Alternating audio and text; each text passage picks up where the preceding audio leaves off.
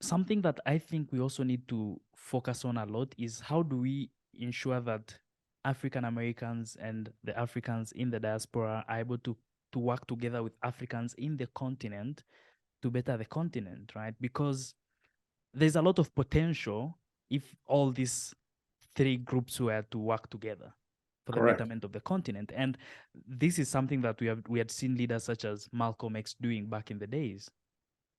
Oh, there you go.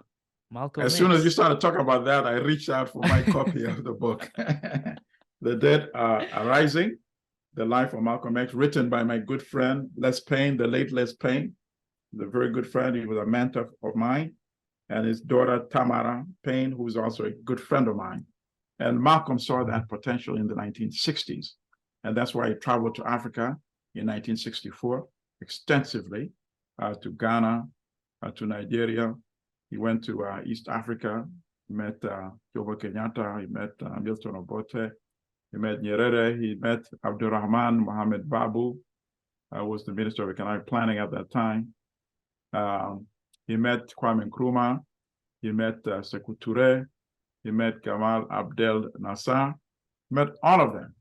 And part of it, of course, was trying to get them to take the issue of human rights abuse of sisters and brothers in this country, to take it before the United Nations as a violation of their human rights. He said, if African countries could take the issue of Portugal abusing Africans in its colonies to the UN, if it could take the issue of apartheid South Africa to the UN, it should also take the issue of the abuse of sisters and brothers in this country to the UN. But apart from that, he also wanted to build tight relationships between African countries and sisters and brothers in this country.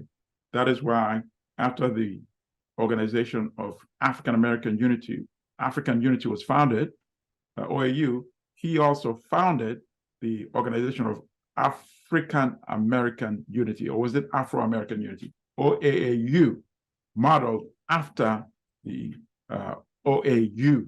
And he wanted to build that into a platform that would unite Africans in diaspora, African descendants, not only in the United States, but in the Caribbean, South America, in large countries like Brazil, and then have the OAAU combine its resources with the OAU. And that, to me, I believe myself, and many people, by the way, was the primary reason why Malcolm was eliminated.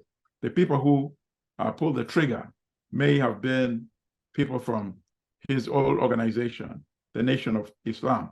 But that was just the elimination process. In fact, now it's suspected that the police in New York were actually aware of this plot, but of course, it fell within the same motive to have Malcolm eliminated. So they did nothing to stop this assassination.